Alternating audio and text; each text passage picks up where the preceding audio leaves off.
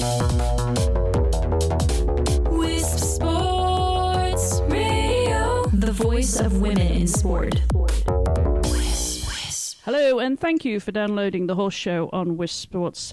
This is Season 4, Episode 10 of The Horse Show, and I'm Chris Stafford. I'm Mollie Bailey, here joining you from the Chronicle of the Horse magazine.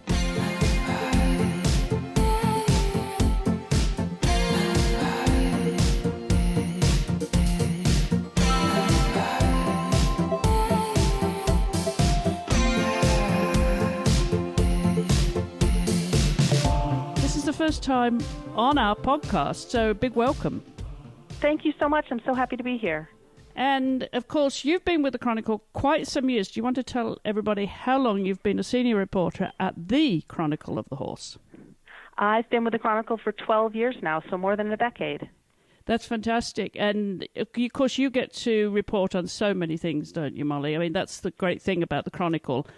You cover absolutely everything when it comes to horse sports in the US and well beyond. Absolutely. We focus on the 3 Olympic disciplines, of course, but we also cover fox hunting, show hunters, show sport horse breeding, all of it, as well as the rest of the WEG sports like driving and paradressage. So we cover just about everything in the sport horse world. And I know that you spent a few days not too far away up in Pennsylvania for one of the leading national shows in this country, of course, which is the Devon Horse Show, steeped in tradition. It has a junior week, a senior week. It has some eventing. It has all kinds of show classes. So tell us what you've been up there covering these past few days. Absolutely. Devon's a really special horse show. It's a championship horse show, so most horses and riders have to qualify to go there. My focus is on the hunters and jumpers, but they also have pleasure driving, fox hunting, saddlebreds, hackneys, you name it, they've got it. It's a really fun horse show. There's a fair that goes on simultaneously with the show, so there's rides and fair food, which is fun for everyone who's attending. Lots of special treats there, like fudge and tea sandwiches and lemon sticks, and a dog show, even a ladies' hat competition. But of course, we were focusing on the hunters and the jumpers who were up there, and I was there for the junior weekend. One of the interesting winners that we had that came out of the pony ring, so one of our youngest winners, is Taylor Colley, who is the daughter of Mollie Ash Colley and Chris Colley. Mollie Ash Colley, of course, being an international jumper rider, and Chris Colley, her husband, being a top horse trainer. And Taylor Colley, who's just 11 years old, and she was the big winner in our pony ring. She rode a pony named Benjamin Buttons. She won the Grand Pony Championship and was Best Child Rider on a pony. And I think that's really interesting. It goes to show that, you know, it's always helpful to have parents who are in the sport. So even when you're sort of starting out at that level, this is our very first trip to Devon, but you've been around the sport for so long, you probably have a little bit of experience already with it. So that was one of our interesting winners. Yeah, you know, I love, you know, the best thing about that was the name of the pony. Benjamin. Yes. Isn't that a pony name? That just tells you that was a children's pony, Benjamin Buttons. Now, was he grey and chubby? If only. He was chestnut and very fit looking. But it's always fun to watch the pony ring. It's my favorite ring because as I like to say, they've got ponies in every color of the rainbow, and they've got the cutest names. We sometimes for pony finals will make a list of all the cute names for everyone and put that up as an article on the website because they're so darling. They really are. You know, and to set this in context, because as you say, we normally cover the 3 Olympic disciplines, not least of all the Chronicle, and we do here at With Sports because that's, you know, the main focus is the 3 Olympics. But there is so much more going on in equestrian sport in all countries, and all countries have their own specialisms. And I think here, and certainly in England too, I mean, I grew up showing ponies, and it's a great sort of breeding ground and training ground for young riders. And in terms of the hunter-jumper scene here, that is absolutely huge, and in giving young children like Taylor that kind of exposure and experience is a wonderful foundation for future international competitions, isn't it? Absolutely. You've got to start somewhere, and there's no better way to start than then winning at Devon, that's really the place to go. It's very difficult to qualify to get there, and so just showing up is plenty, but to go there and win is really quite impressive. We even had several kids from California who came out all the way across the country, and they all did very well. We had a California rider named Augusta Iwasaki, who was our best child rider on a horse. So I think she's only about 13 years old, but she specializes in the horses. She's done with ponies already, even though her age wouldn't seem to suggest that. And she was the very best rider that, in the judges' opinion, in the hunter divisions. And we had another junior rider named Juliette Joseph from Del Mar, who catch rode 3 junior hunters to tricolors. So they weren't even her regular rides, and when she won at Devon. So it just goes to show you that Devon really does earn its moniker of where champions meet. You know, it's interesting, that scene, as you say, where these children are coming up through the ponies, and it gives them a tremendous leg up, of course, to the senior ranks when they go through their teenage years. But, you know, we've had this conversation on this show before, and not least of all, a couple of years ago, when we had Katie Prudent on the show talking about the standard of horsemanship here and the exposure to horses in a way that they maybe don't have as they used to. Young children, maybe trainers don't give them the barn time and that sort of thing, and that it is an elitist sport. And I know there was a great conversation on the Chronicle following that podcast, wasn't there? Absolutely. It's interesting because there's all kinds of things that are contributing to the changes between the horsemanship now and, say, 40 years ago, including the suburbanization, loss of land, the fact that kids are just busy these days. They're not just riding ponies or horses. They're also probably taking piano lessons and going to Girl Scouts as well. And so that's why I think it really does seem to be the trainers' kids who often have a little bit of a leg up because they're spending all their time in the barn and probably getting to know their horses and ponies really well. Yep, they certainly are, and of course, there's nothing like the hunter-jumper scene here, which is huge, isn't it? I mean, really, we don't cover it that much here on the show occasionally, but because it doesn't resonate so much internationally, but certainly in this country, it's up there with the 3 Olympic disciplines, if not overtaking some of them in terms of popularity. It is, and I think it's interesting trying to keep that connection between the international level of the sport and its very beginnings. And you see that in little funny ways. There was one fun thing that we have going on at Devon is there's a costume class for the kids, for the pony kids who would like to do it. They do a hunt teams class in costume, and we had 3 kids this year dress up as a group they called the Grand Prix Girls. So they dressed up like 3 female Grand Prix riders. They dressed up like Danny Goldstein, Lily Keenan, who of course was championship pony rider before she became an international rider, and Beezie Madden, and pretended that their ponies were some of their mares. So that was really a fun sort of thing that you do see these kids are looking up to the international level and hoping to get there. Well, they've got a lot of inspiration now. I wanted to talk a little bit about the U.S. dressage riders, for example, and the inspiration that they'll find there with so many more top riders, giving the selectors much more choice now as we come into a Pan Am year and leading up to an Olympic year. This in itself is inspirational, I think, because the saying goes, if you can't see what you can't be what you can't see. Get it the right way around. And I think these days young people, especially, with those international riders and the exposure through social media and the way that they can connect with the riders and their heroes through social media, is a great way to inspire them, isn't it?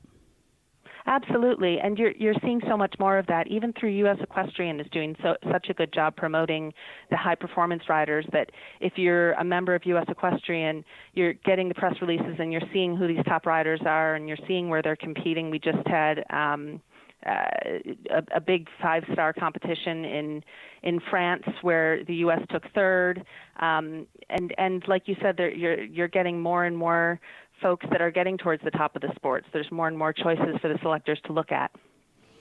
And you know what's interesting? I just glanced at the FEI rankings this morning, Mollie, to see, where things were, because we we talk about equality in the sport and that men and women compete on equal terms as they do in sailing and some other sports.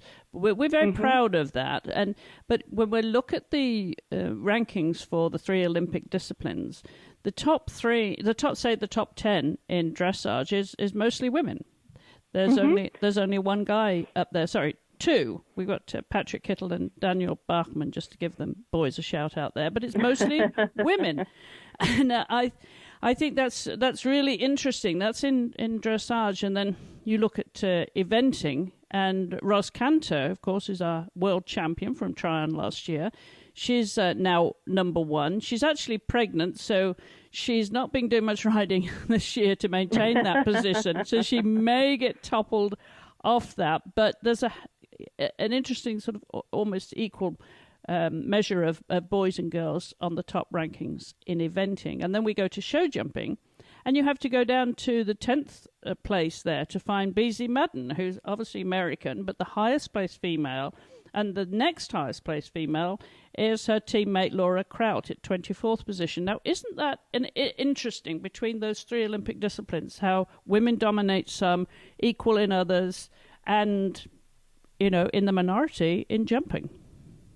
And I have no idea exactly why that is in jumping, because you do see when you're at a regular Grand Prix, I'd have to guess that it's close to 50-50 between female and male competitors. So it's interesting to see that the results right now don't reflect that. Yeah, and of course those rankings change constantly. Absolutely. But I think women really have been very dominant in dressage now, and maintaining that. That's a really interesting trend now that's happened, because there was a time when it was mostly depending how far back you go, of course, how long your memory is. Right. Absolutely. And of course, when women couldn't compete in the Olympics, of course, the first person to break that and the first woman to compete in the Olympics in equestrian sport was, of course, in dressage. So there you go. Yeah. Well, talking about Olympics and Pan Ams, Pan American Games coming up this summer in Lima, Peru, and I believe you're going to be heading there. I will be going there. The Pan American Games are especially important this year for the United States for the sport of eventing, because the United States is not yet qualified for the Olympics in Tokyo in 2020. So it'll be really important that eventing has a good finish there for the U.S. in order to qualify to go to Tokyo. Full Time, The Soccer Show with Katie Stengel, only on Wisp Sports.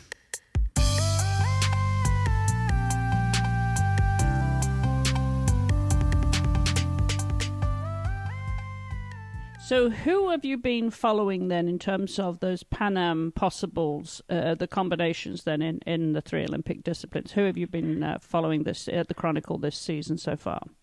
Well, it's interesting to see who they're going to put forward. Eventing, of course, now a 3-star competition versus, which is, of course, an old 2-star. We've just switched to the new system. And so that's going to be interesting to see what combinations will get selected for that. Dressage, it's interesting for the Pan American Games. You've got half the team is small tour and half the team is large tour. So that's always interesting who they'll select to go to that. And then for jumping, it's up in the air. Our chef to keep, Robert Ridland, might choose, say, a very experienced competitor with a newer horse, or he might choose up-and-comers. We just don't know yet. Because often we use the Pan Ams, don't we, for those sort of second string or, the up-and-coming riders, the developing riders, to give them international experience, because we don't necessarily need the Olympic combinations at the Pan Ams. Absolutely right. So it could be up-and-coming combinations, especially for show jumping, in which we're already qualified. So who knows? Now, who have you been following on the show jumping scene then? Who do you think the ones to watch in show jumping? Well, there's so many combinations that look so good right now. You can always talk about the top ones like Beezie Madden, who has several good horses right now. Her horse Dairy Lou she's had for many years now, but it's sort of, I feel like Dairy Lou's having an especially good season. Had a nice time in Florida, won the big $1 million class out in California. I think that combination's really top. So it's hard to tell whether they'll get to go to the Pan Ams or whether they're going to be determined to be too veteran to get to go. Yeah, exactly. And I think didn't she show him in Mexico City in I think last month? Exactly. Gave him a run, but that was the first time since Wellington. She has such a tremendous string, and always has had, that she can use them sparingly. Exactly, which of course is the horseman's thing to do, and Beezie and her whole team is always known to be top horsemen, retiring all their mounts after they're done and making sure that she doesn't overshow them while they're during their performance careers. Now what about Laura? Laura's been a stalwart of the team for, gosh, how long, and how many horses does she have at international level? I mean, at least a dozen, I would imagine. She does, and she's got so many top horses, and she's so great to her horses. She really knows what they need and when they need a little time off and when they need a little extra push. She had a great go of it down in Miami at the GCT about a month and a half ago now, with Curious George and her other one that she brought down there. She's always got a couple that are so strong, so I wouldn't be surprised to see her go down to Peru as well. Right, and I think then she switched over to Europe. She spends as much time there, of course, and did a few of those international shows. I think she did Royal Windsor. That would be one of her favourites now, and France and Valkenswaard, of course. She probably had a very big string there because Valkenswaard's such a big competition. And a couple of competitions there that I think they run 2 weeks at Valkenswaard in May. And then there was another GCT, the Global Champions Tour, in Madrid as well.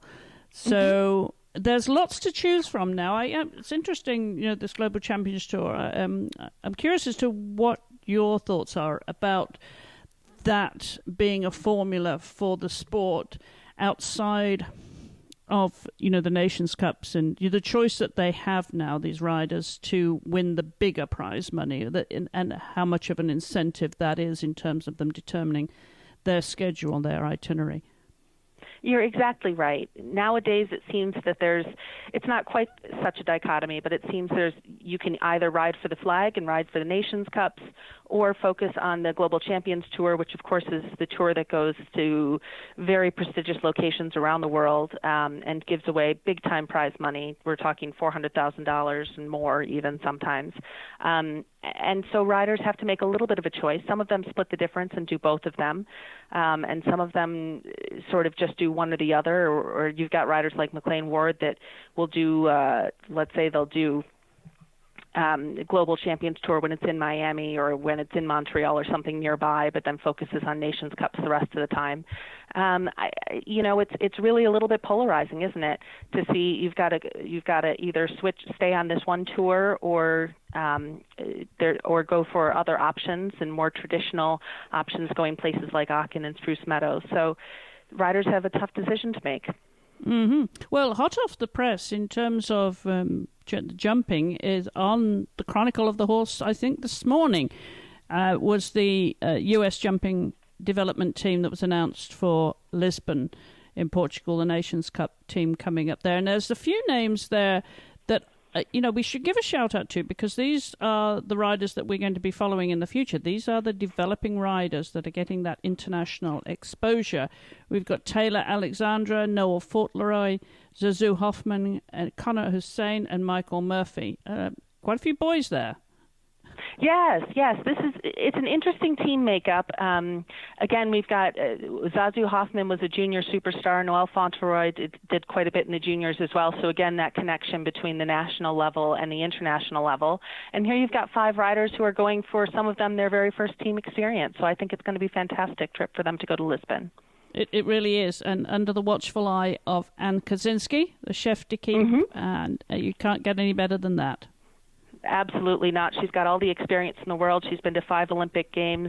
I don't know what gets better than that. No, we've had her on the show a couple of times. We love talking to Anne about the sport. Now, what else is the Chronicle following this week then? Well, apart from Devon, what else is on your to-do list this week, Mollie? Well, Devon's the big one, because that's, like I said, that's the big national horse show that's going on right now. We've got the professional hunters that are going on this week, as well as the top jumpers. This week we've got, on Thursday night, is the Sapphire Grand Prix of Devon. It's an FEI class. It's over $200,000 prize. I think everybody's going to be going for it, and that's going to be live streamed so people can watch that one. So that's our big focus this week. Coming up next week, we've got Upperville, which is also an FEI show and also has a big Grand Prix that goes on that Sunday. So these are sort of our big focuses the next couple of weeks. We've also got the Bromont is coming up as well in the eventing world, and we'll be sending a reporter up to Quebec to go follow that. Yeah, that lovely show up there in Bromont, host of the 1976 Olympic Games. Now, coming back to Olympic Games, I did notice, at Samoa, we mentioned eventing briefly, but internationally this past weekend, Samoa CCI, which is 4-star long, and they had a 3-star long, that typically had a pretty good turnout. That it is a nice competition that it gets a good attendance from, a lot of the European-based riders in England. And some of those, of course, are from the Southern Hemisphere. And I noticed from this week's competition, Mollie, that some of the lesser nations, the developing nations, used it as a qualifying opportunity for Tokyo. And China, Thailand, and Poland all secured their ticket to Tokyo. But it otherwise wasn't a very strong competition, but it does give these lesser nations an opportunity, doesn't it? Absolutely, and that's so important. It's important for our sports to stay in the Olympic Games. We need to have this diversity. We can't just have Europe and North America as strong countries in the Olympic Games. We need to have places like China and Thailand developing their riders and their athletes so that they can go to the Olympics, and that we can keep horse sports in the Olympics.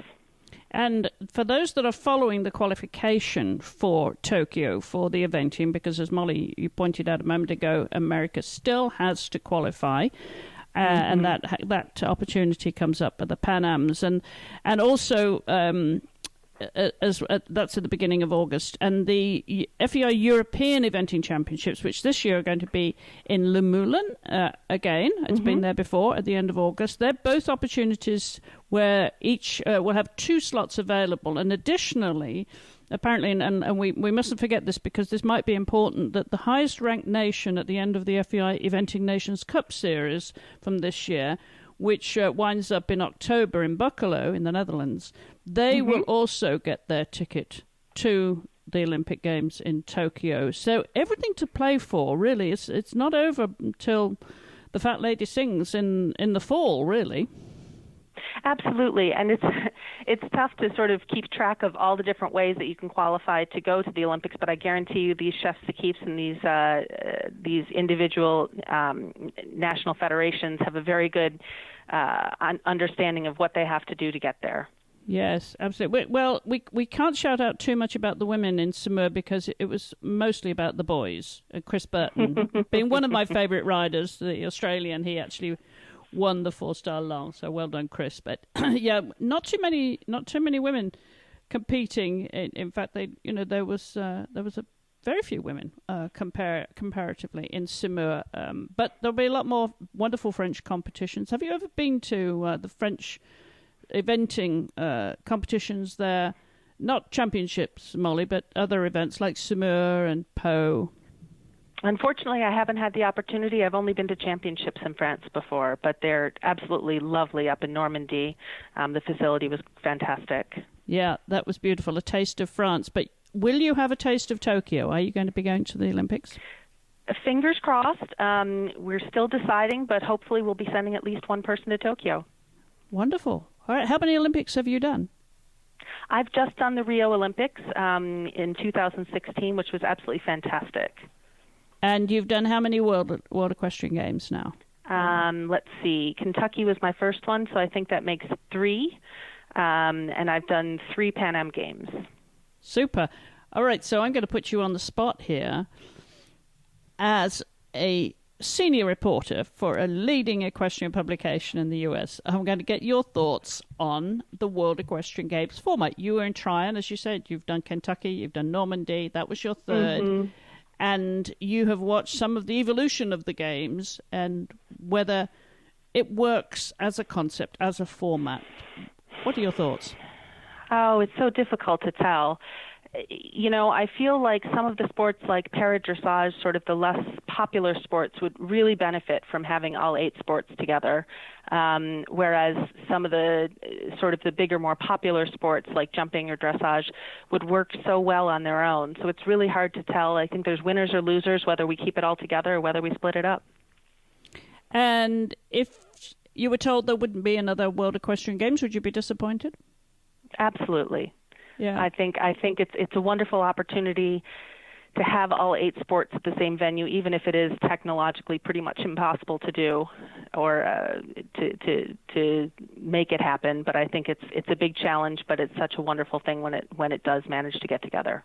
It certainly is. So we'll wait and, of course, follow that with interest because it could go either way, couldn't it, at this point? Absolutely. We're waiting to see who's going to submit proposals and who wants to host what.